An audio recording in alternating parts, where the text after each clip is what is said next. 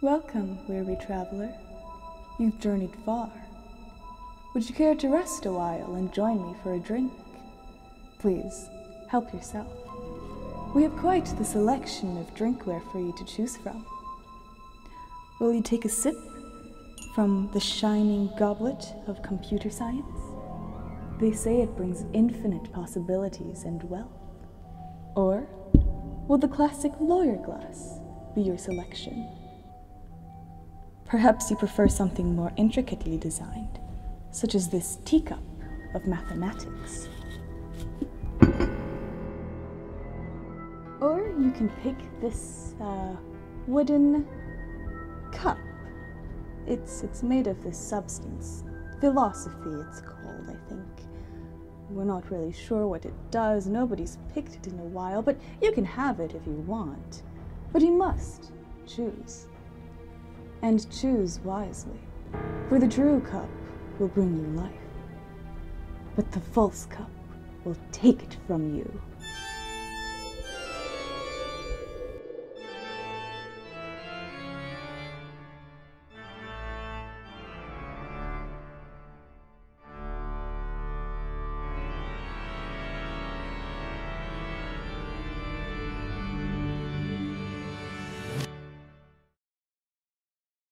All right, friends, metaphors and references aside, here's what's really going on. I'm Susan. Hi. I'm a math and philosophy undergraduate student, and I don't know what career path to pick. But here's some context. It is currently summer of 2020, so the world is falling apart. The plague outside is raging. I'm kind of falling apart. In this context, the last thing on my mind is to conduct a long reflective meditation on what I want out of my academic professional career in the next decade. I don't even know what I'll be doing in the fall, much less 2 years from now. But the thing is, all of these options that I'm interested in are so different from each other that I need to know what general direction I'm going in soon. For example, if I do want to go to philosophy grad school, I'll want to spend a lot of my time working on my philosophy papers, spend time on a philosophy honors thesis, and if I do that, well, there goes my whole senior year. Math grad school, I would want to do more math research. I would want to study for the math GRE, spend my summers going to an RUU or something. Law school, I'm gonna have to study for the LSAT, and I'll probably want to do more research into what kind of law programs I like, sit in on some law classes. If I want to go into computer science, I would probably want to switch to a CS minor, take more CS classes, get a CS internship, work on my programming. You get the idea. I just listed like 20 things there, and I cannot do all of them at once. So, a long, reflective meditation on my career choices is exactly what we'll be doing today. Specifically, we will be looking at this one, philosophy grad school. Continuing to do philosophy in grad school is not an option that I even knew was available to me before I started college, so I didn't know, and I still don't know too much about it. It's just that recently I've been studying more philosophy, and I feel like this is what I would really want to do for the rest of my life.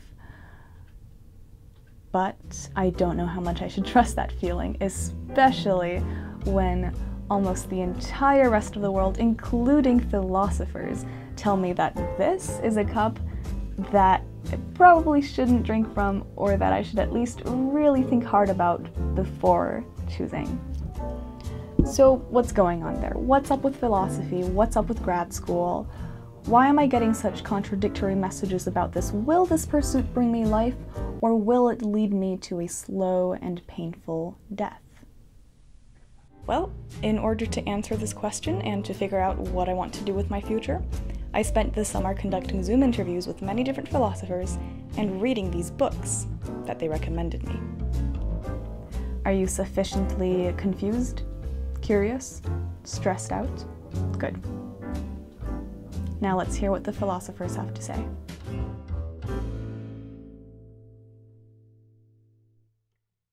It's actually stated in the graduate college rules at Boston University that a doctoral dissertation has to make an original contribution to the field. And I wrote to the dean and I said, this is ridiculous. Philosophers don't make original to the field. I mean, everything we do, of course, is modeled on the natural sciences.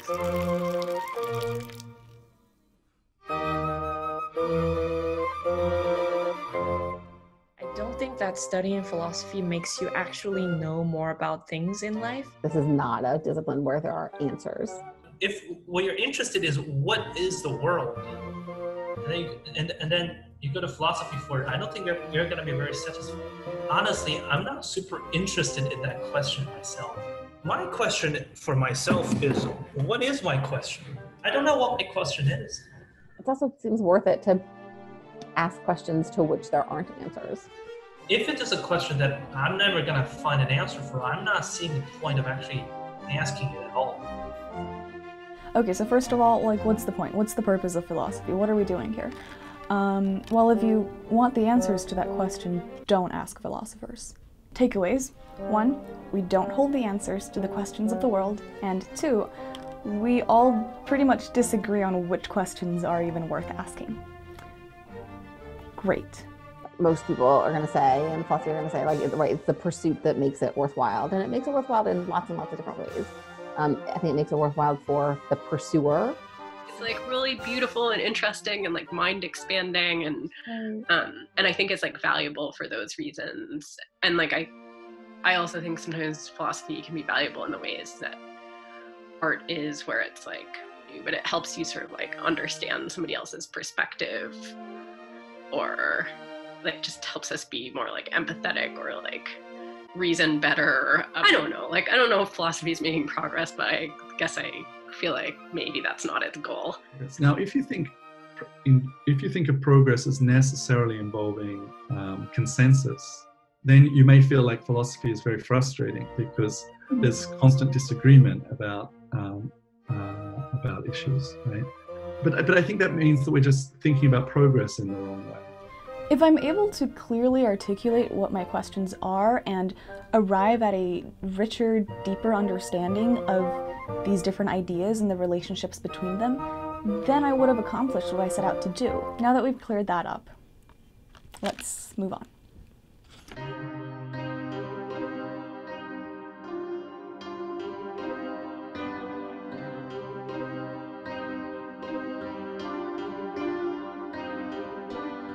I learned a ton from doing these interviews, but at times the flow of information got a little overwhelming. So in order to stay organized, I began compiling a pros and cons list for philosophy academia from the points that people were making. This is what I have with me now. Hopefully, this list will give us a rough sketch of the rewards and struggles of being a professional philosopher in the modern day, and help us decide whether it's something that I want to get into. You can't see some of it because the branches are covering it, but it's okay. I'm gonna go over each and every point with you. So, first pro.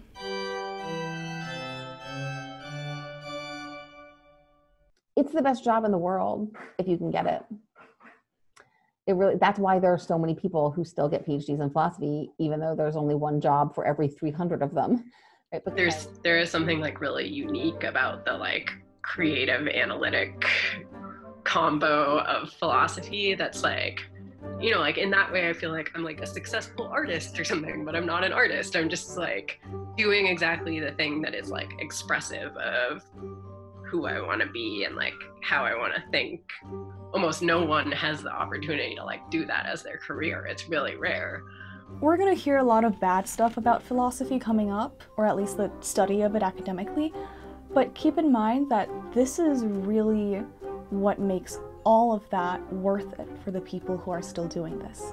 You get the time and the money and the resources to study philosophy really in depth, full time.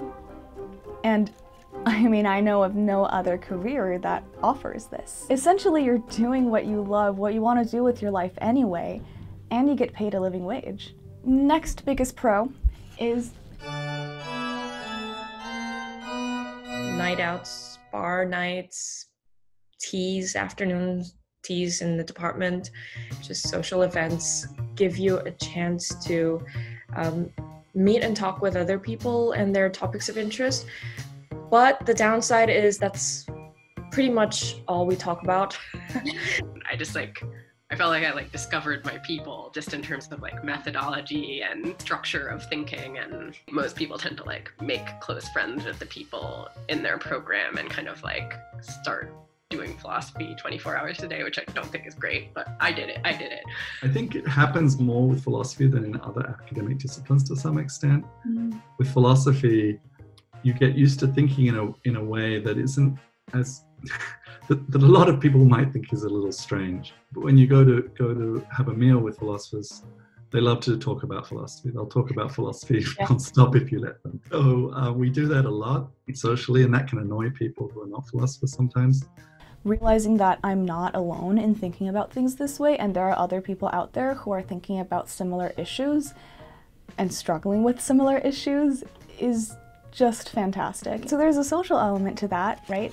But then there's also the element where having these peers to talk to give you feedback on your ideas as a philosopher, and it makes you a better philosopher. If you're just doing philosophy completely in isolation, and there are really great philosophers who have done this, but I feel like for most people that's not going to lead to their best ideas. Next one, I wrote structure / institutionalized nature of academic philosophy. This is kind of a double-edged sword, but on the pro side,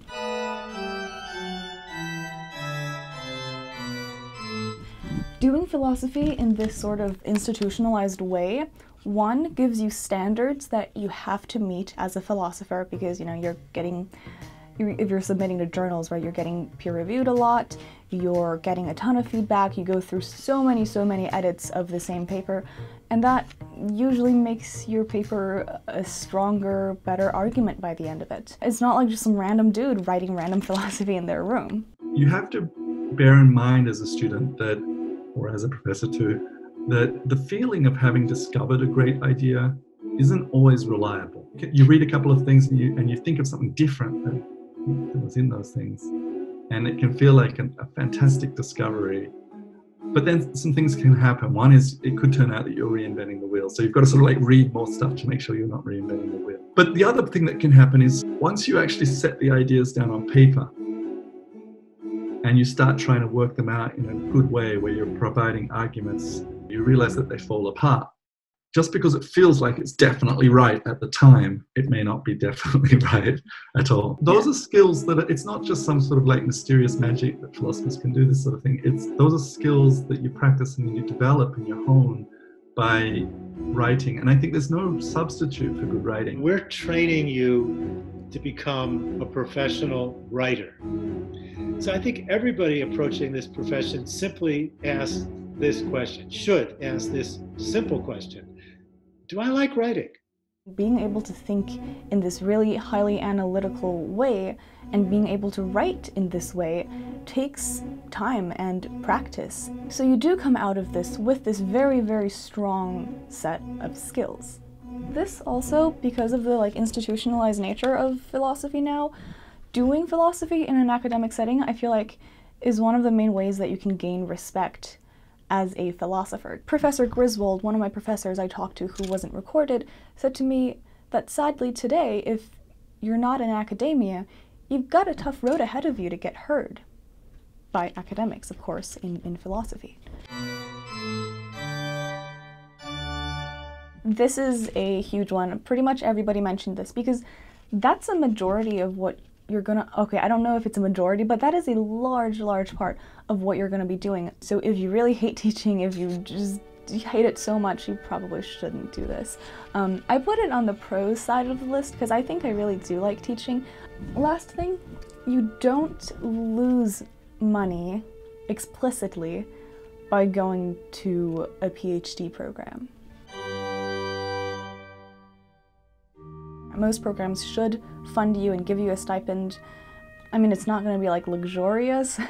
You're still pretty much living like a college student. That's, it's not a really glamorous life, but you're not going to be going into debt, and you're going to come out of those 5 to 7 years with a degree, not having spent any more money than you had going in. These are all pros and cons that apply to grad school in philosophy, but here's another thing. If you do get very lucky and you get tenure, then that is just like the most luxurious, amazing job. It's a luxury job.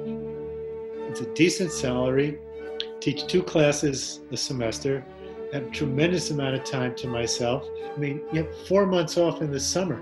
I have the cushiest job imaginable. If you ever hear a tenured professor like me complain at BU, you should probably just walk away, and because that person doesn't know how good he or she has it. So people usually go into these programs with the intention of becoming a professor? If I ever saw a application and the student wrote, I want to study philosophy because I want to be a professor, I would be inclined immediately to reject such a person. That is not a reason to study philosophy. Go to PhD program. You cannot do that, especially now. 5 years later, you may, like me, end up with a job, to your surprise. But you may also be forced, for family reasons or whatever, to have to shift and make some money. The only guiding question, do I want to read and write and hang out with other philosophy students and faculty for the next 5 years? That is such an easy question. Heck yeah, that is what I most want to do with my time. When I have free time, that's kind of what I gravitate towards anyway. Yes, that's what I want to do. Who cares what I do after, right? Ever after I got into grad schools in philosophy, I'm just constantly trying to persuade people out of it. You make people disillusioned. So out of my cohort in Oxford, of BPhil, there are about 30 of them. Half of them are not doing philosophy anymore at the moment. People get disillusioned and people get stressed out.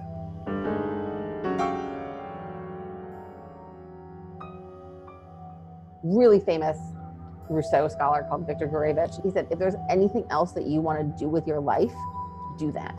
Only do philosophy if you think you will not be able to live with yourself if you don't even try. In retrospect, I think he might have put it a little bit too harshly, because he was, and I will, and everybody will try to discourage you from doing this, or at least warn you, because as a career path, it's foolish.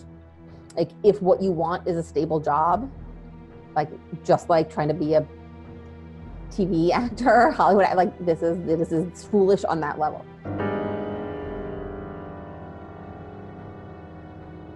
Constantly worry about your future. That's the biggest challenge. You constantly worry about where I'm going to end up 5 years from now. There are many more applicants than there are jobs, and many more qualified or overqualified applicants than there are jobs. The people who I know who did not get jobs in philosophy are some of the smartest philosophers that I ever met in my entire life. And some were kind of crushed by it because they thought if they just loved it enough and wanted it enough, it would turn into a job. And the fact that it didn't turn into a job reflected somehow on them like not being good enough. And that is not, it's false, and is potentially the source of a lot of unhappiness. Being incredibly good and incredibly smart and incredibly motivated and incredibly dedicated to it is necessary, but nowhere near sufficient.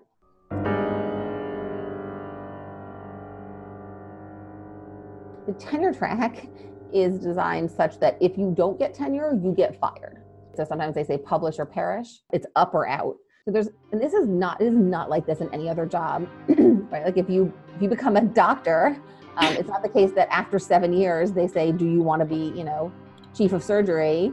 And then they say, okay, we're going to put you up for chief of surgery, and if you don't get it, you get fired. Like in other jobs, if you don't get the promotion, you just continue on where you were.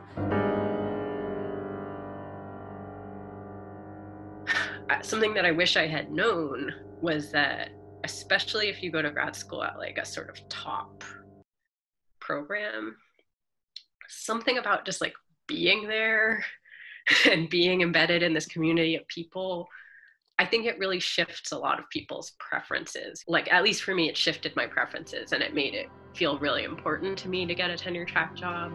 It made me feel like this is the thing I want to do. And because it's so competitive, I think it bleeds into the grad school experience of like basically being in competition with like the people who I was closest to or something, where it's like, you know, you don't like think of yourself in competition to them like actively, but it's like this weird environment where at some points in grad school I was like really miserable. And I did start thinking like, oh, maybe I don't want a job in philosophy if this is what it's like, if I like feel really like there's so much pressure on me all the time. You ask yourself, what can I do outside of academia? And the answer is very unclear. I'm not sure what I can do outside of academia. I have no skill at all. No, you've got other than reading papers. Stress, competition, and having zero career guarantees. Those three things all are kind of related to each other, and they build on each other, and it just amplifies. There are things you could do to combat this, but sometimes it doesn't really work. A graduate student can start a PhD program saying to herself, 5 years, I'm going to have a ball just studying. Who cares what happens? But I keep coming back to this. The pressures in the culture are so enormous. There was a document published by the American Philosophical Association addressed to graduate students, and I remember this. It just made me crazy. The first sentence of it was, "It's never too soon to start thinking about jobs. Planning your career trajectory as soon as you enter graduate school." To me, this is like the worst message imaginable. It takes the life out of it, in my view. Every time I write a paper nowadays, I ask myself, can I publish this? I literally ask this question, do you think this paper has any potential? If it doesn't, I think the most practical thing is just to leave it.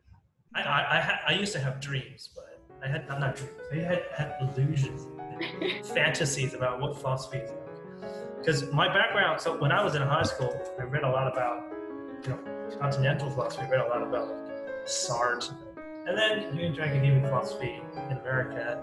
So it's just a job for me. It's a career. I'm interested, just like people are interested in coding, people are interested in law. I'm interested in philosophy and in teaching.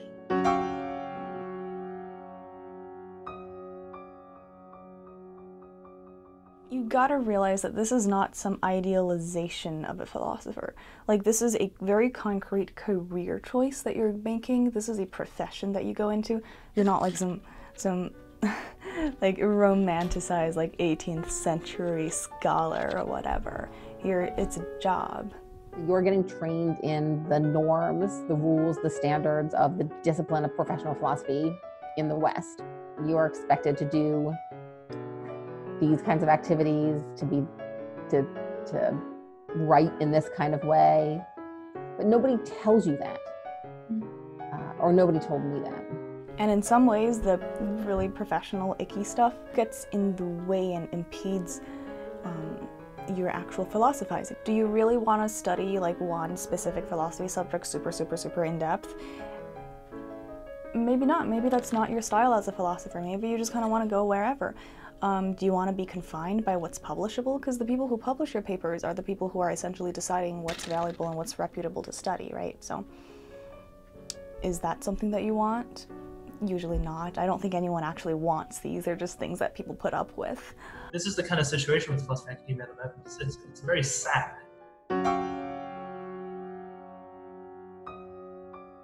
People have different goals, and there are people who want to make things happen, want to make differences. Philosophy is not that route, for sure. This is a perennial issue. For me, the stuff that I work on doesn't reach outside of academia, and in fact, it doesn't reach outside of a very narrow swath of academia, right? So it's just people basically who are interested in Hobbes. So most of your work is just not going to directly impact the world. It's just going to contribute to a conversation among a certain group of people. And that could be valuable, but it could also be not what you're looking for from your life's work. On the other hand, you do contribute meaningful things directly by teaching, and you also contribute to society in a larger, vaguer way by like holding the torch of reason, basically. Because I think society just needs philosophy as a subject, right? And it does need people to continue it and keep it going. So congrats, if you're a philosopher, you're one of those people. Good job. It's still a good thing. I mean, that's the, I see so much. I can't tell you how appreciative I am of having been in a university for basically my entire professional life. I love universities, even with this terrible dark side that's enveloping them now. There are places where you can study, and people are there to talk and to think and to wonder, like nowhere else. I'm going to say two things to you at once, which is, on the one hand, I think it's increasingly a hostile environment, and on the other hand, it's also a refuge and a wonderful place to be. And like, that's your idea of spending, like a good way to spend a bunch of your 20s. That would be a good reason to go. Well, is that a good way of spending my 20s? Let's look at our other options.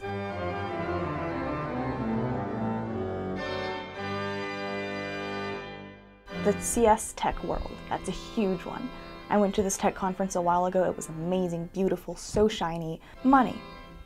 I'll be giving that up. I'll have enough money to live, but look at these houses.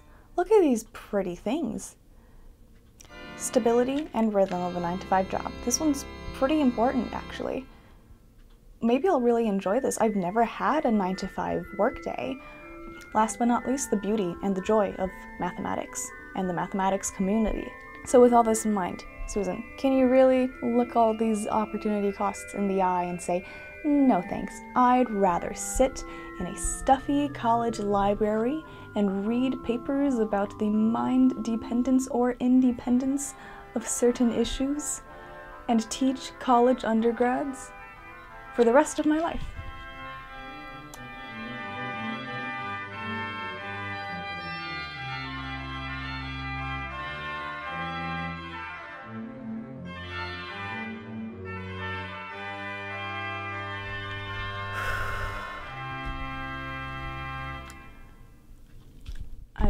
I still don't know what to do.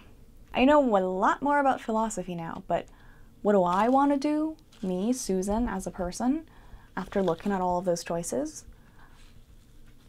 I don't know. I think I'm thinking too much. I think I'm thinking, and the thinking isn't getting me to any place that is productive or thoughtful. I think I need to leave these thoughts in my head, let them marinate. Meanwhile, let's take a break and get some perspective.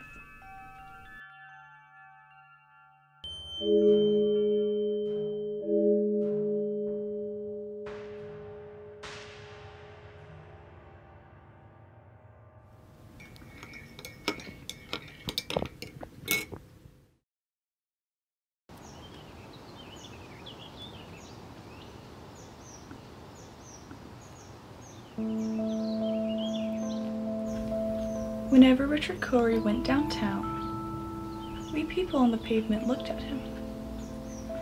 He was a gentleman from toe to crown, clean-favored and imperially slim. I don't have to finish this poem. You remember the ending. Literature and real life is full of stories of men and women who had it all, but still were discontent. Yet literature and real life is full of stories of men and women who have been able to find fulfillment even in the most dire of situations. Riyadh is a 33-year-old Egyptian who currently sleeps in the parks of Milan, eats in charity kitchens, and occasionally washes dishes for restaurants when he needs some cash. And yet, he describes his entire life as being a flow experience. Viktor Frankl, in Man's Search for Meaning, describes experiences in a Nazi concentration camp and how he has managed to find meaning even in the absolute worst of human experiences. And that brings me to you. Here you sit, stressing out about career choices. Choices that most of the world would be grateful to have even one of. You learned and expanded your mind beyond the reaches of what common men and women would have dreamed of centuries ago. You feast on meals with more flavor and spices than kings would have had during the Middle Ages, and you're unhappy. In that case, perhaps the roots of your discontent, or to put it more kindly, the solution to your discontent, lies not in having made different life choices, but rather in here. This isn't about career choices, is it? This is about, well, finding fulfillment.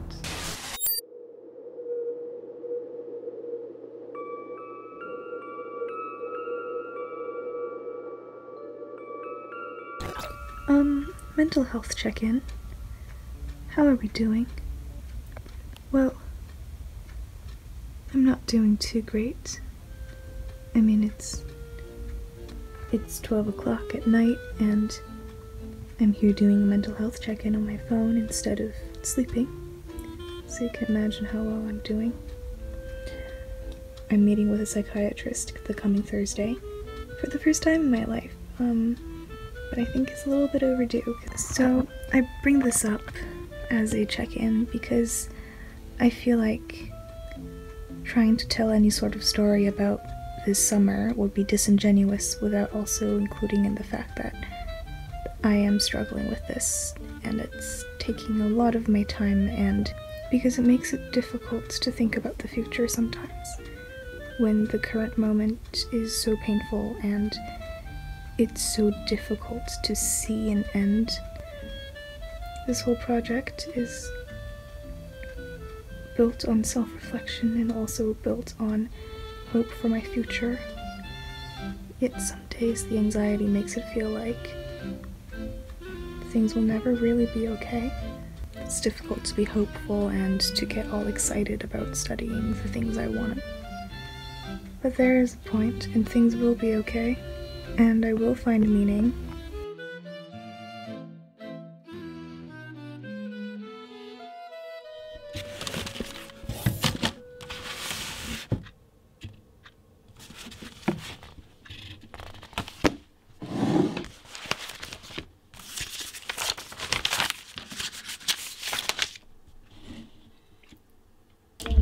I'm on Lexapro now. I've been on it for 5 days. It turns out I am depressed. You know, I've dealt with like sadness and anxiety for like most of my life, but I think it's always been at a level where I've been able to manage it. So it's really weird getting a diagnosis for the first time. I'm incredibly lucky though. I have a really great therapist. This is just weird. A weird like thing to have in life. But yeah, whatever. We'll be fine. No, it's scary, but I know we'll be fine, but it's weird and it's scary, and I don't want to like pretend like it's not. These are the packets that I've been working through with my therapist. This is actually so helpful just for having a language to talk about the emotional experiences that you're having. My levels of anger, worry, sadness, overall misery, did I take my meds, number of positive experiences, etc.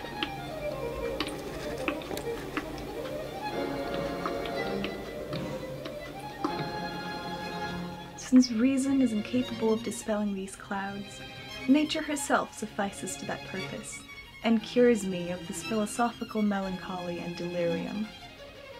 I dine, I play a game of backgammon, I converse and am merry with my friends, and when after 3 or 4 hours' amusement I would return to these speculations, they appear so cold and strained and ridiculous that I cannot find in my heart to enter into them any further.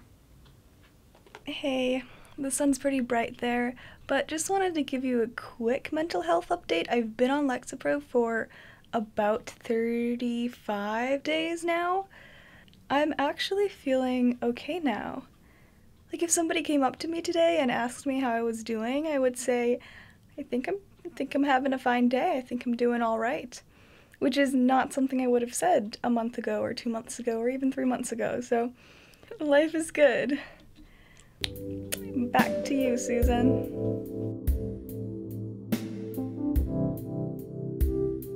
So this summer has been quite a journey on the mental health front. Of course, just because you're not depressed and anxious doesn't mean you're fulfilled. But I did really want to emphasize this first, because I think too often people try to jump to the final stages of fulfillment, great profound joy and eudaimonia, without considering other options first, without taking some of those baby steps, maybe sorting out the depression and the anxiety. They try to cure themselves with complicated existential philosophy, which is really amazing and I love it still. But you don't want that to prevent you from also seeking out somewhat silly but also genuinely super effective things like therapy and doing life skill packets. Philosophy is one way to live a beautiful life, but it is not the only way. And in no way is it the end-all be-all cure to melancholy. So the question of where to find joy and fulfillment is a deeply personal one. As a 20-year-old who's read a few books, this is not the time and place for me, and I am not the person to answer this question. But I could share a few things that has really helped me and places things into perspective. Here's how I see it. My misconception entering the project was really twofold. First, I thought that finding the right career would bring me meaning and fulfillment. And two, I thought that philosophy was in some way maybe the end-all be-all cure to all of my troubles. And so if I picked philosophy as my career, maybe that'll solve my problems. No, it's not. It really won't. The poet Rainer Maria Rilke said something similar to a fan and fellow poet, Franz Xaver Kappus, when asked for advice on whether Kappus should quit his career in the military to pursue poetry. He reminded his friend that the situation you must live in now is not more heavily burdened with conventions, prejudices, and false ideas than all the other situations. And if there are some that pretend to offer a greater freedom, there is nevertheless none that is, in itself, vast and spacious and connected to the important things that the truest kind of life consists of. You would have felt in just the same way in any of the established professions. Yes, even if outside any position, you had simply tried to find some easy and independent contact with society, this feeling of being hemmed in would not have been spared you. It is like this everywhere. But that is no cause for anxiety or sadness. There is much mundaneness and bureaucracy and anxiety in any profession. But there is much beauty in them as well. So my decision to study philosophy or not is really not going to significantly impact my ability to continue enjoying, questioning, engaging with life in the way that I want to, in the way that will bring me joy and fulfillment. Of course, I'm not saying your career choice isn't important, it totally is. It's going to determine the large shape, the outline of your life. It's a large chunk of your day. It's a large chunk of how you spend your time. But that's only the outline. What you fill that outline in with, the way that you actually engage with the activities that you're doing, the way that you make meaning out of the time in your day, that's what's going to determine whether your life is filled with color or not the outline itself. This idea is similar to the thesis of another book I read this summer, Flow. The flow state is a genuinely satisfying state of consciousness that is characterized by stuff like enjoyment and creativity and total engagement with your life. Now, this state of consciousness is not achieved by controlling the situation that you are in and controlling the life circumstances around you, but rather it's found in controlling your responses in the way that you engage with life situations. A major part of the flow thesis is that almost anything can be an opportunity for meaningful flow-inducing activity. You can find flow in daily chores, you can find flow in the activities you do with others and the relationships that you have with them. You can find it in typical leisure times activities that we do for the intrinsic meaning that they bring to us. For example, music and art and performance or gardening. There is a tremendous abundance of meaning and joy that is available all around us, almost all the time, if only we are able to tap into it. Rainer Maria Rilke writes from Rome. No, there is not more beauty here than in other places. In all these objects, which have been marveled at by generation after generation, mended and restored by the hands of workmen, mean nothing, are nothing, have no heart and no value. But there is much beauty here, because everywhere there is much beauty.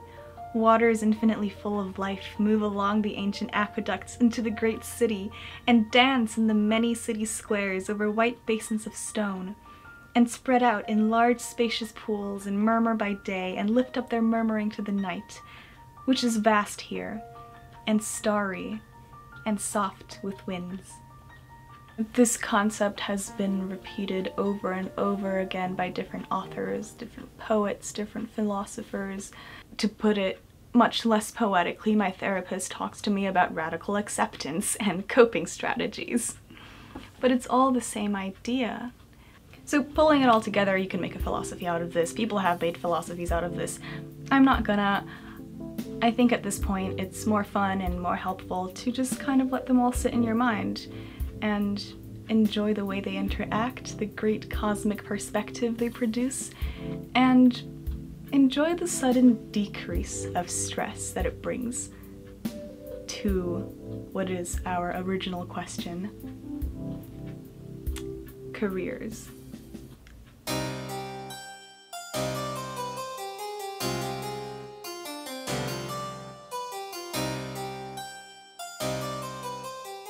You know what I realized? This whole question is a scam.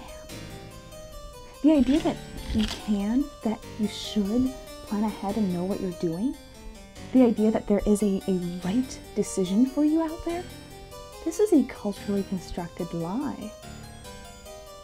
I need to break out of this. I need to free myself from this constant pressure to maximize the emotional returns of any decision I make, because only then will I be free to enjoy my life, regardless of any problems, obstacles, or more attractive options that will inevitably come my way.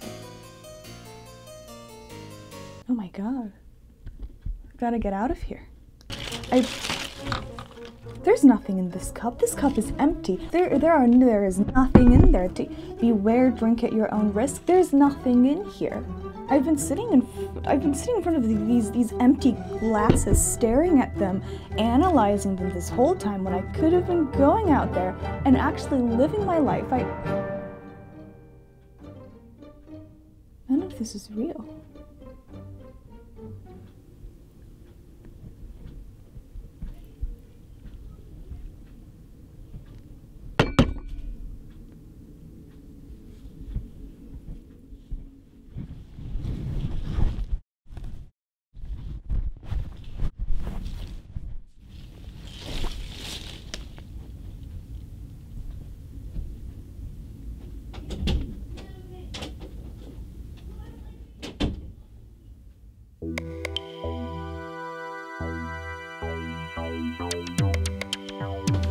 Actually, I'm probably gonna end up doing philosophy.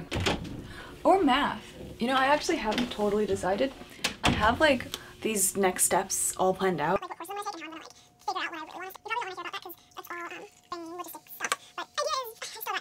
So I'm working on it. I'm figuring it out. But you know, probably grad school and something.